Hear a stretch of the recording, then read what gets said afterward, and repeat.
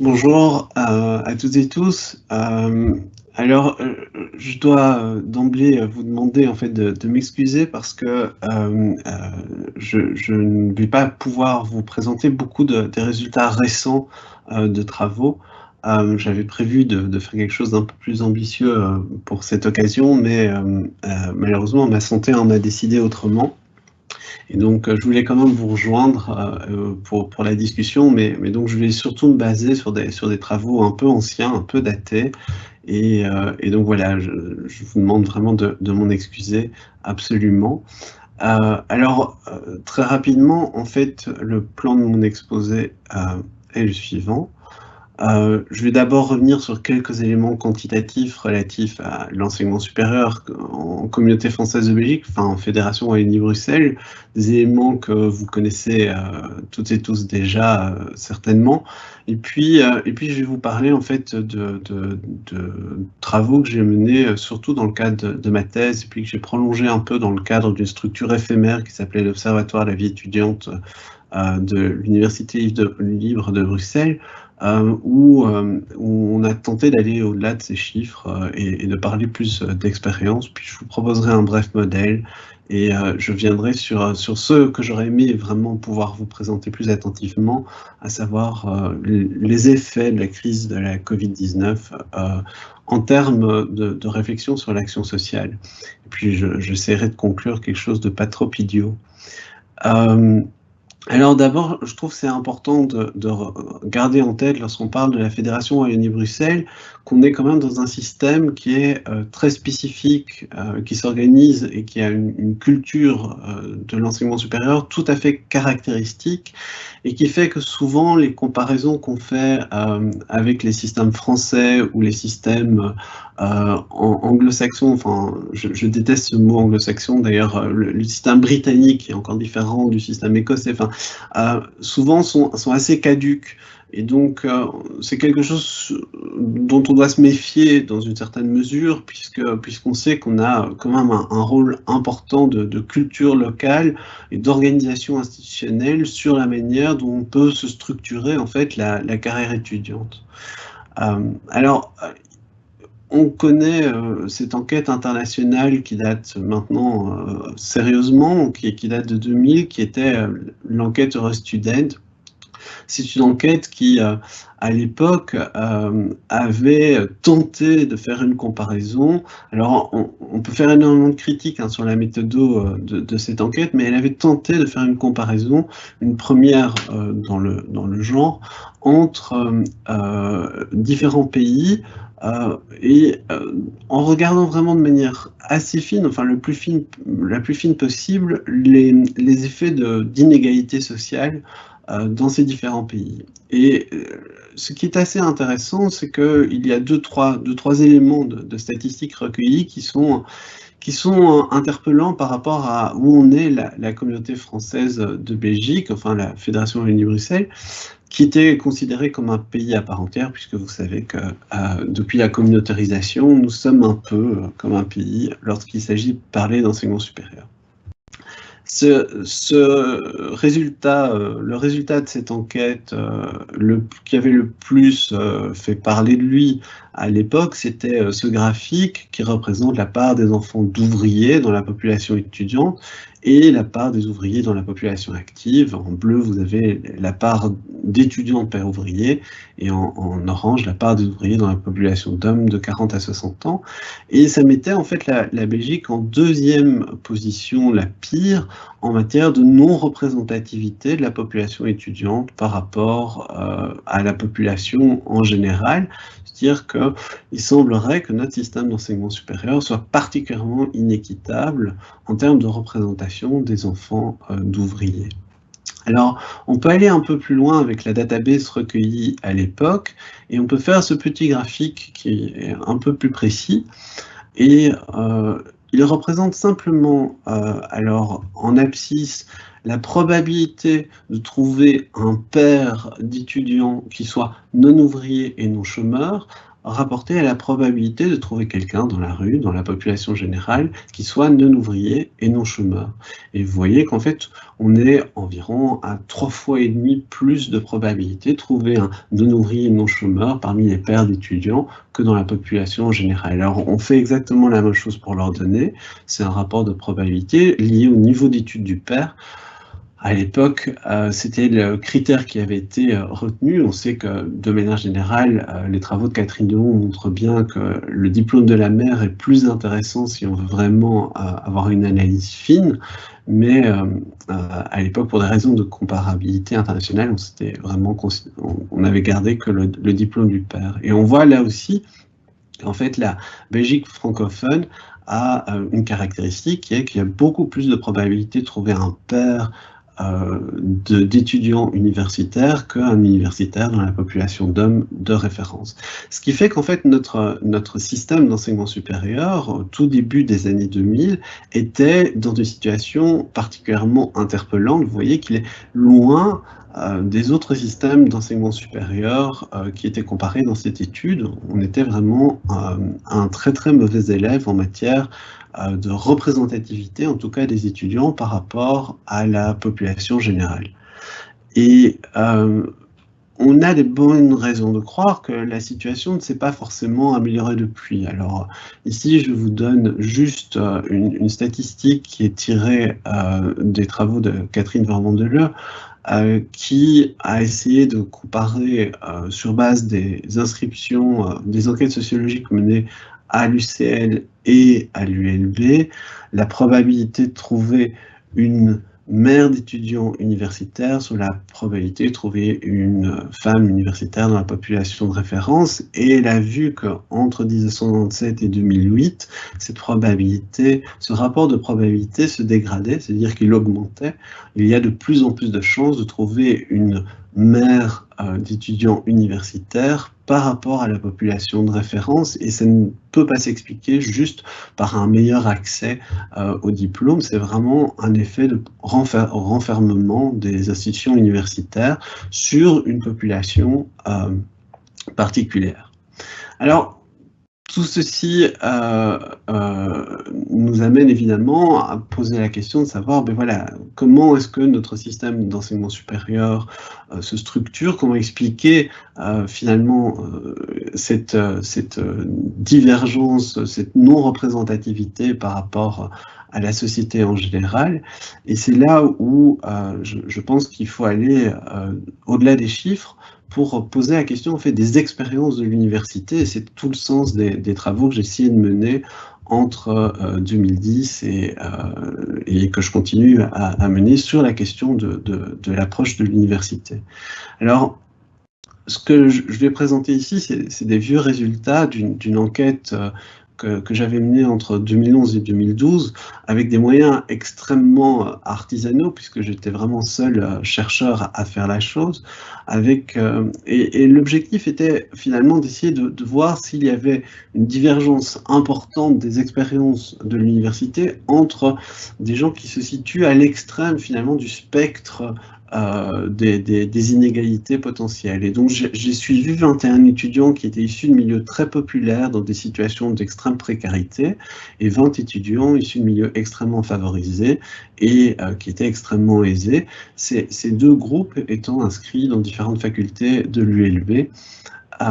Et la logique, c'était vraiment d'essayer d'accompagner une année d'université et de les accompagner progressivement tout au long de cette année avec une série d'entretiens compréhensifs, donc sur des entretiens qui fonctionnent sur base d'une matrice thématique. On n'est pas du tout dans un entretien avec un effet questionnaire, un entretien directif, on est plutôt dans un dialogue. Et le mécanisme de suivi qu'on avait défini à l'époque, c'était une rencontre par mois, sous forme de discussion assez ouverte, où on essayait quand même d'avoir une certaine structure, hein, donc il y a quand même une série de thèmes récurrents, avec des entretiens qui parfois peuvent durer 2, 3, 4, 5 heures, ça c'est mon record, et donc dans lequel les étudiants sont aussi amenés à livrer progressivement énormément d'éléments d'ordre plus intime, des angoisses, des questionnements qu'on peut difficilement évidemment atteindre avec des méthodes plus directives ou un système de questionnement via questionnaire en ligne. Alors, ici, je vous mets quelques fragments de discours qui comparent des discours des deux groupes. Hein. Donc ça, Thomas était un étudiant d'une très bonne faculté, enfin d'une faculté prestigieuse, issu d'un milieu extrêmement favorisé, et il indiquait, voilà, au niveau de l'orientation, j'ai consulté mon père, lui a consulté ses amis, dont un professeur qui m'a tout de suite reçu dans son bureau pour me conseiller sur les options les plus porteuses.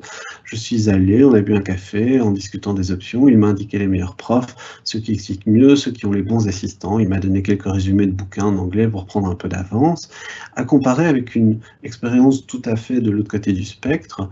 Voilà, je ne savais pas trop ce qui me plairait, j'ai d'abord demandé au PMS de l'école où j'étais, mais ils ne connaissent pas les cours de l'université. Pour finir, j'ai pris rendez-vous avec un conseiller d'orientation de l'ULB, mais il m'a dit d'aller voir la faculté, et la secrétaire de la faculté m'a dit d'aller voir un conseiller d'orientation. Bon, en fait, j'ai un peu choisi au hasard en fonction du titre de cours, puis aussi j'ai demandé pour les options à ceux qui avaient déjà suivi les cours, par exemple, ceux qu'on pouvait réussir plus facilement. Alors Gilles, c'était un étudiant issu d'un milieu très très précaire, et qui était par ailleurs usager d'un CPS de la région bruxelloise. Et ce qui est intéressant, c'est que les deux étaient inscrits dans la même faculté. Après l'orientation, je m'étais beaucoup préoccupé de la question de la préparation aux examens, et là aussi, je vous ai mis 2 extraits, des fragments de discours qui sont un peu représentatifs des témoignages recueillis. D'abord, je vois avec les autres quels sont les meilleurs résumés. Ensuite, j'ai demandé aussi conseil à mon parrain, donc un étudiant qui vient parrainer dans le cadre d'une rencontre sociale organisée par les cercles folkloriques. J'ai eu des difficultés en physique, mais j'ai suivi une dizaine d'heures de cours avec un étudiant de sciences. J'ai aussi dû prendre quelques rendez-vous avec un assistant pour qu'il m'explique sa matière en sciences éco. C'était un témoignage de Thomas, donc issu d'un milieu très favorisé, à comparer avec celui de Bastien, qui suivait là aussi des cours dans la même faculté. Je me suis plusieurs fois dit, oui, il faudrait que je prenne un cours, mais tu sais combien ça coûte, c'est impayable. J'ai vraiment eu chaud en physique en première, le cours était vraiment mal donné, ça se voyait que c'était le cours à pète, même si le prof est un gentil. Je me suis dit, il faudrait que tu trouves quelqu'un pour aider, mais les prix c'était incroyable. Pour finir, j'ai dû réussir tout seul, mais ce qui est un peu ironique, c'est que maintenant, c'est moi qui donne des cours privés à des étudiants de première année. C'est carrément un bon business, si tu veux mon avis. Et vous voyez en fait que ce qui ressortait en fait de ce travail d'accompagnement, c'est un tout petit échantillon, c'est 20 étudiants de chaque côté, c'était vraiment en fait une espèce de divergence complète des expériences de l'université. D'un côté, en fait, l'université semblait finalement un parcours assez agréable dans lequel les étudiants semblaient s'épanouir très très rapidement, avec un sentiment d'affiliation, enfin une affiliation à l'institution qui était très très immédiate. De l'autre côté, en fait, chaque étape des études tout au long de cette première année était vue comme réellement extrêmement difficile, comme étant chaque fois une épreuve à traverser. Ce qui est intéressant aussi, c'est que ces 2 expériences de l'université semblaient parfaitement étanches, en fait, l'une à l'autre aussi. Alors, au niveau de la préparation, ben là, j'ai remis aussi le témoignage de Gilles parce qu'il était assez intéressant par rapport à la question du rapport aux notes, du rapport à l'écrit. Voilà, j'ai lu certains syllabus un peu tard, il y a des profs qui ont pris du temps à les sortir. J'ai imprimé les PowerPoint sur l'université virtuelle, mais je n'avais que du noir et blanc, donc ce n'était pas très lisible. Gros souci qui revenait dans la vingtaine de témoignages, c'était vraiment cette difficulté à pouvoir imprimer les PowerPoint soi-même. C'était vraiment quelque chose vu comme étant assez complexe. Puis j'avais mes notes aussi, donc j'ai repris mes notes, surtout j'ai fait du classement, et voilà, bon, ce n'était pas très sérieux, mais j'ai fait du mieux que je pouvais. C'est vrai que j'ai dû doubler avant de réussir ma première année, déjà à cause de ça. Alors, dans le tas, de ces 20 étudiants et 21 étudiants, j'ai vraiment essayé de les faire beaucoup parler en fait, de leur rapport à l'institution lui-même. C'était vraiment ça qui m'intéressait. Et donc, j'ai recueilli toute une série de témoignages où j'ai vraiment parlé du sentiment d'appartenance, en fait, à la communauté universitaire. Et là, je vous mets deux exemples qui sont deux exemples d'étudiants étrangers. Donc, évidemment, ce sont des expériences assez spécifiques de l'université, mais qui sont intéressantes parce qu'ils montrent bien la manière dont certaines inégalités peuvent être créées par des contextes. Alors, au début, j'avais un peu peur de ne pas suivre, mais les cours sont en fait assez faciles, me disait Ashish, qui est un étudiant issu d'un milieu très favorisé, qui est rentré via Erasmus Mundus à l'université. On a repris la matière depuis le début, ensuite on a aussi reçu les supports sur une clé USB. Avant les cours, on peut revoir la matière. Les gens du petit groupe Erasmus Mundus forment une équipe soudée, nous jouons dans la même équipe en fait, nous étudions ensemble, surtout qu'on habite ensemble dans les résidences de l'université, elles sont spacieuses et confortables, mais surtout les professeurs sont très sympathiques, on est avec eux un peu comme à la maison. Ce qui est assez intéressant, c'est de comparer cette expérience-là de l'université avec une autre expérience, qui est celle d'Ali, qui est un étudiant étranger, lui aussi, qui lui n'a eu aucune bourse, aucun soutien, qui est venu étudier en Belgique directement en première master, et qui était dans une situation extrêmement précaire liée au fait qu'il avait un système de garant qui était relativement peu fiable. Donc son garant en fait était un faux garant, hein, comme on sait qu'ils existent, mais ce qui n'empêchait pas l'étudiant de vouloir suivre les cours et d'être relativement impliqué dans le suivi de ses cours. La difficulté étant vraiment qu'il devait travailler sur le côté pour pouvoir financer sa subsistance. Alors c'est assez compliqué de comprendre les règles ici, où on doit trouver les notes des cours par exemple. Tous les cours ne sont pas imprimés, il y a des cours, il n'y a que des présentations PowerPoint. Si on ne va pas assister à l'exposé, on ne peut pas préparer l'examen, mais comme je travaille aussi en même temps, c'est un peu difficile. Et puis je n'ai pas toujours appris la même chose que les autres étudiants et les professeurs. Souvent ils oublient qu'il y a des étrangers comme moi dans la salle. Alors j'ai mis évidemment un dessin à ces deux témoignages, parce qu'on voit vraiment que dans les deux groupes, en fait, on a vraiment des divergences de l'expérience qui ont comme conséquence un effet sur la représentation de l'étrangeté de l'institution, le fait de s'y sentir comme à la maison ou de s'y sentir comme un étranger. Évidemment, ici, dans le cas d'un étudiant étranger, c'est particulièrement violent, c'est particulièrement fort. Hein. Il dit, voilà, ils se sentent toujours étrangers, même à l'intérieur de l'auditoire. Ce qui pose évidemment une question par rapport à la manière dont l'université peut contrer ces mécanismes, peut réussir finalement à affilier même ces étudiants qui sont dans des groupes extrêmement précaires. Alors je vous ai mis un dernier élément, parce qu'il est important par rapport au modèle sur lequel j'ai envie d'aboutir. À l'époque, on commençait à introduire les podcasts comme supplément aux cours, et là, pour les étudiants issus de milieux favorisés, c'était unanimement souligné comme étant quelque chose d'extrêmement positif et d'assez agréable. Et du côté des étudiants moins favorisés, c'était unanimement compliqué, c'était vu comme vraiment une contrainte. Alors ici, je vous ai mis un petit témoignage d'un étudiant qui disait, voilà, le gros souci, c'est que moi, je ne peux pas faire tourner les vidéos sur le PC à la maison quand tout le monde est là. Il vivait dans une famille très très nombreuse, dans un appartement à 2 chambres où ils étaient 8. Et c'était vraiment impossible pour lui de regarder à domicile ces podcasts. Et donc il expliquait qu'il venait à l'université avec le souci qu'en plus les ordinateurs mis à disposition par l'institution semblaient inadéquats par rapport au format de podcast qui était proposé. Alors évidemment, à l'époque, on était encore fort dans l'expérimentation et donc on n'avait pas encore fort uniformisé ces outils-là. Il y a eu un énorme travail depuis qui a été mis en route par rapport à ça. Ce qui est intéressant, c'est qu'on voit déjà une problématique qui émergeait à l'époque, qui était finalement le problème du lieu d'étude. Et cette problématique, évidemment, elle a des répercussions aujourd'hui, vu que l'enseignement distanciel est devenu, bon gré mal gré, la norme dans cette situation de crise que nous vivons. J'en arrive du coup au modèle. Alors, moi, ce qui m'intéressait dans ces travaux, c'était d'essayer de voir de quelle manière on pouvait interroger le rôle de l'institution par rapport à ces expériences en fait très inégalitaires de la vie universitaire. Et pour modéliser le rôle de l'institution, je suis parti de constats d'effets croisés. Le premier élément qu'on voit très clairement, c'est qu'il y a une tension dans les témoignages que j'ai recueillis, il y a vraiment une tension entre tout ce qui touche à l'initiative sociale des institutions et tout ce qui touche à l'initiative pédagogique. Les deux, en fait, peuvent être très souvent aller dans des sens opposés. C'est rare que les initiatives sociales soient cohérentes avec les initiatives pédagogiques et réciproquement. On le voit très clairement, par exemple, sur le développement du podcast. Il a fallu en fait que le podcast se généralise, que les institutions mettent vraiment en place cet outil comme étant un outil de supplément au cours important pour que progressivement tout ce qui est le pan des politiques sociales, du support social, tout ce qui est le travail des services sociaux s'aligne, mais ça n'a pas été pensé, ça n'a pas été concerté en amont, et cet alignement a été très progressif avec parfois des effets du coup de décrochage induits.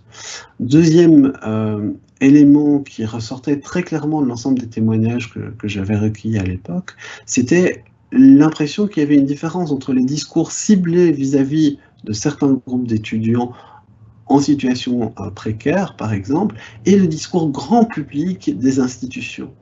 Et c'était quelque chose qui revenait énormément dans le discours des étudiants très précaires, c'était de dire, en fait, nous, par exemple, le service social va s'adresser à nous en nous disant l'institution vous soutient. Et puis, de l'autre côté, on entend des discours institutionnels qui, en fait, nous semblent finalement nous dire qu'on n'est pas bienvenu au sein de l'institution. Et donc, il y a une forme de hiatus permanent entre les discours ciblés et les discours grand public généralistes de l'institution. Et là, je vous ai mis un petit exemple d'un extrait de témoignage d'une autre enquête, en fait, qui, là, était consacrée plutôt aux adultes en prise d'études. On avait recueilli toute une série de témoignages sur la même époque, entre 2009 et 2011. Et Cécile avait très très bien résumé la manière de le dire. Elle disait, c'est terrible parce que on voit que les institutions font des politiques sociales où elles s'adressent aux adultes en reprise d'études en disant « venez, c'est important », mais de l'autre côté, on parle énormément d'excellence, et la manière dont on parle de l'excellence, ça me semble une manière de dire « on ne veut pas des losers, des gens comme moi », avec vraiment cette impression que, vu que l'excellence s'adresse avant tout à des étudiants jeunes extrêmement performants, le fait de revenir à l'université après une série d'échecs signifiait qu'elle ne pouvait pas être excellente. Et donc on voit là qu'il y a véritablement des éléments de tension, ce qui m'amène à proposer ce modèle pour l'action sociale des institutions, c'est-à-dire, c'est très idiot, hein, c'est rien de très élaboré, simplement de dire, pour réussir à comprendre la manière dont les étudiants interagissent, construisent leur expérience de l'université au travers d'une série d'interactions, il faut comprendre la manière dont les institutions elles-mêmes se structurent entre un dispositif de support social qui inclut notamment tout ce qui est aide sociale, mais pas uniquement, c'est aussi tout l'accompagnement individuel ciblé par rapport à des groupes cibles. Par exemple, les étudiants en situation de handicap, par exemple, les adultes en reprise d'études. De l'autre côté, tout ce qui est dispositif d'accession et d'administration de l'institution. Donc, c'est par exemple les inscriptions aux examens, c'est par exemple tout ce qui est inscription particulière, notamment pour les groupes cibles, et puis tout ce qui est le dispositif académique et pédagogique en lui-même. Et pour pouvoir vraiment comprendre l'action sociale, pour pouvoir la décrire, il faut aller se situer à l'interaction, à l'intersection entre ces trois dispositifs.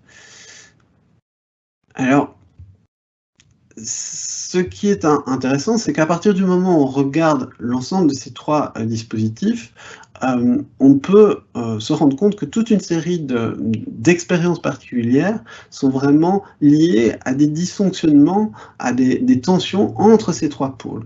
Et c'est particulièrement vrai lorsqu'on regarde par exemple des candidats admis via la valorisation des acquis de l'expérience. J'ai beaucoup travaillé là-dessus, et là je rappelle juste quelques résultats d'une enquête que j'avais menée avec Michel Sillin entre 2014 et 2017.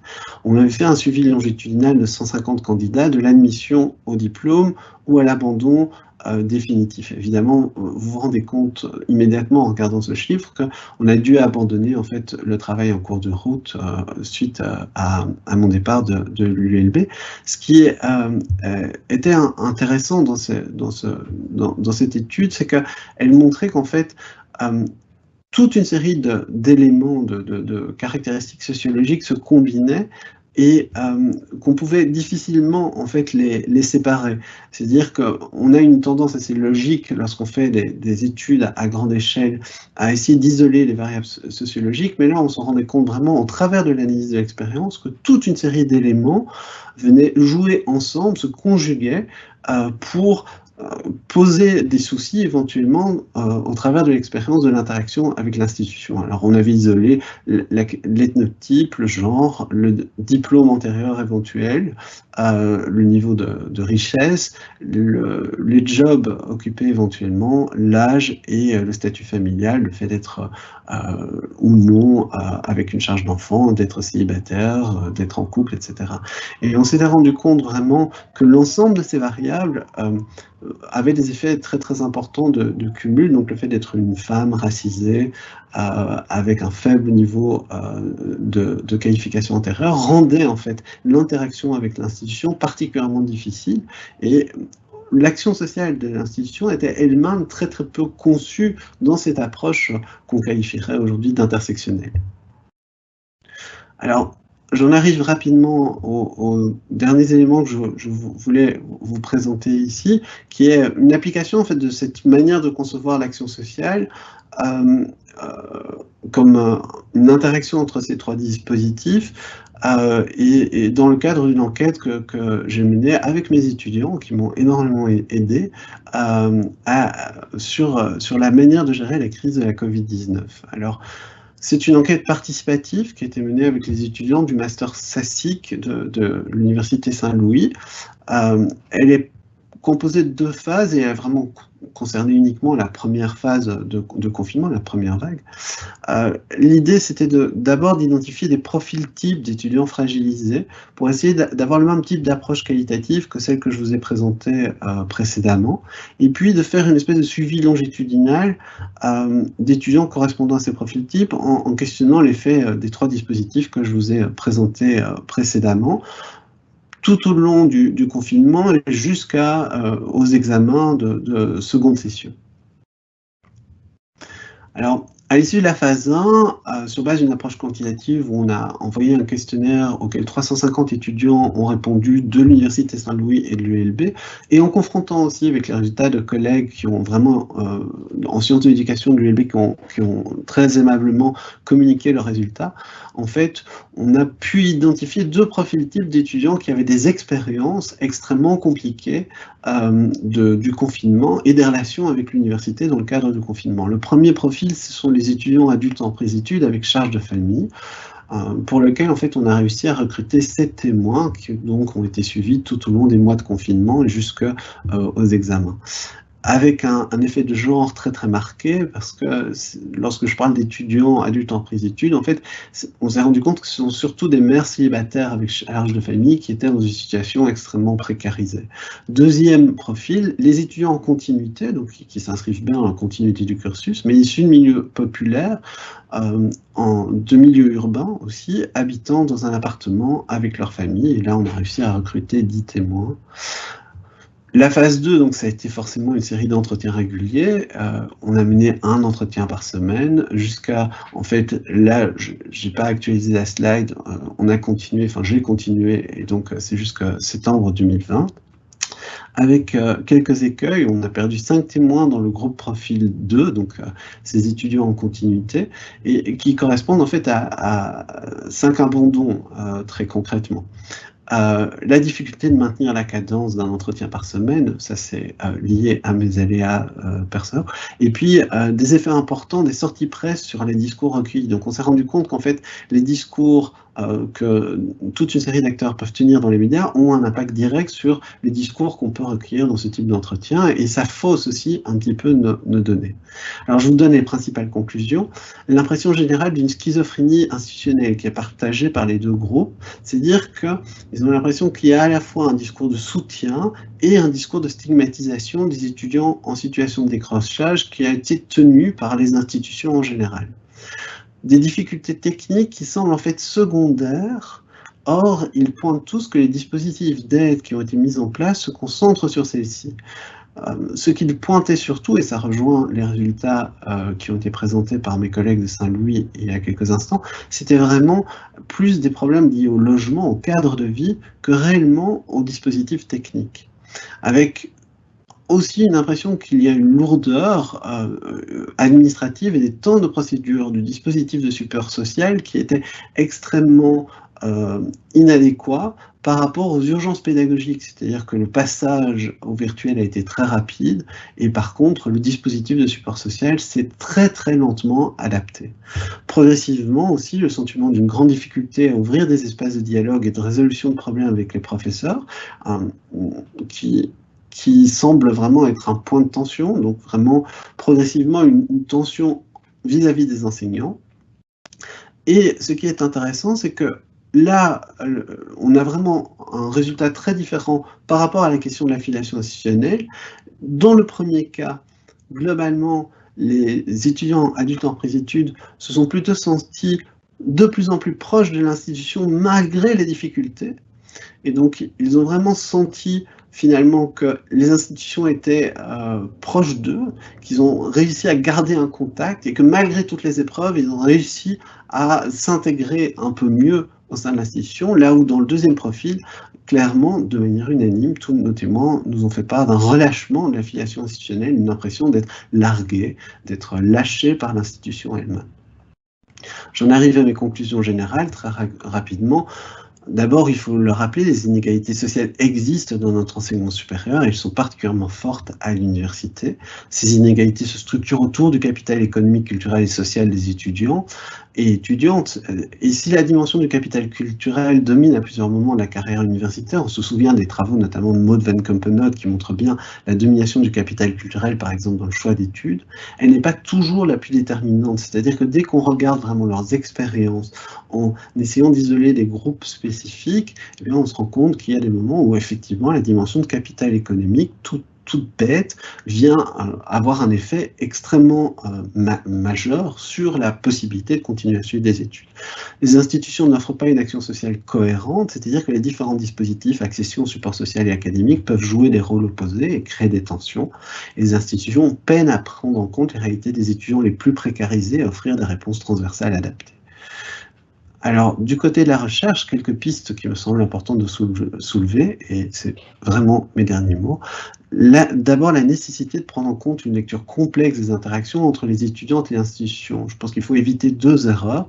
Le premier, c'est l'effet Quetelet, c'est le fait de chercher un étudiant qui serait un étudiant moyen, qui serait représentatif de l'ensemble des expériences étudiantes. C'est une erreur qu'on peut parfois retrouver dans certains travaux. Et le deuxième, c'est l'effet Latour, c'est de croire qu'on peut réduire l'institution à un seul actant, à une seule agence, au sein d'un réseau, et ça, je pense que c'est vraiment une erreur. On voit vraiment que les dispositifs, à partir du moment où on les décrit, ont des effets parfois antagonistes qui font bien qu'on doit avoir une lecture complexe de l'institution.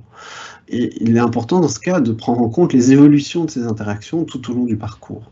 La deuxième chose, c'est l'importance de ne pas nier le rôle que prend directement l'institution dans la reproduction, mais aussi dans la production elle-même des inégalités. C'est-à-dire que classiquement, on regarde surtout quelque chose qui semble être un acquis antérieur, quelque chose qui est lié à l'enseignement secondaire, qui est lié éventuellement au milieu familial, mais on voit qu'il y a aussi un effet de production par le choix de certains dispositifs technologiques, par exemple, qui ne sont pas pensés en cohérence avec l'action sociale. Enfin, la nécessité d'aller au-delà des études fondées sur des variables sociologiques pour prendre en compte des processus et des expériences, ça j'espère vous en avoir un petit peu convaincu, et je rappelle la nécessité de mener des recherches sur les inégalités dans l'enseignement supérieur, parce que contrairement à ce qu'on a dit un petit peu au début, en fait il y a très peu de recherches à grande échelle sur les inégalités de l'enseignement supérieur en Fédération Wallonie-Bruxelles, et je dois vraiment le pointer en la matière, notamment en termes d'intégration des bases de données sur tout l'enseignement supérieur. La Fédération Wallonie-Bruxelles a au moins 30 ans de retard par rapport aux pays limitrophes. Je pense par exemple à la France, où l'Observatoire de la vie étudiante est capable de produire des données à très très large échelle, mais aussi à l'Allemagne, où aujourd'hui il y a une base de données interländer qui permet de faire du suivi sociologique très très fin des carrières étudiantes, mais aussi dans lequel tous les chercheurs encodent en fait leurs données, notamment d'entretien qualitatif, ce qui fait un matériel extrêmement riche pour l'ensemble des chercheurs. Voilà, j'en finis là mon exposé. Je vous remercie énormément de votre attention et puis évidemment, je suis prêt à répondre à vos questions.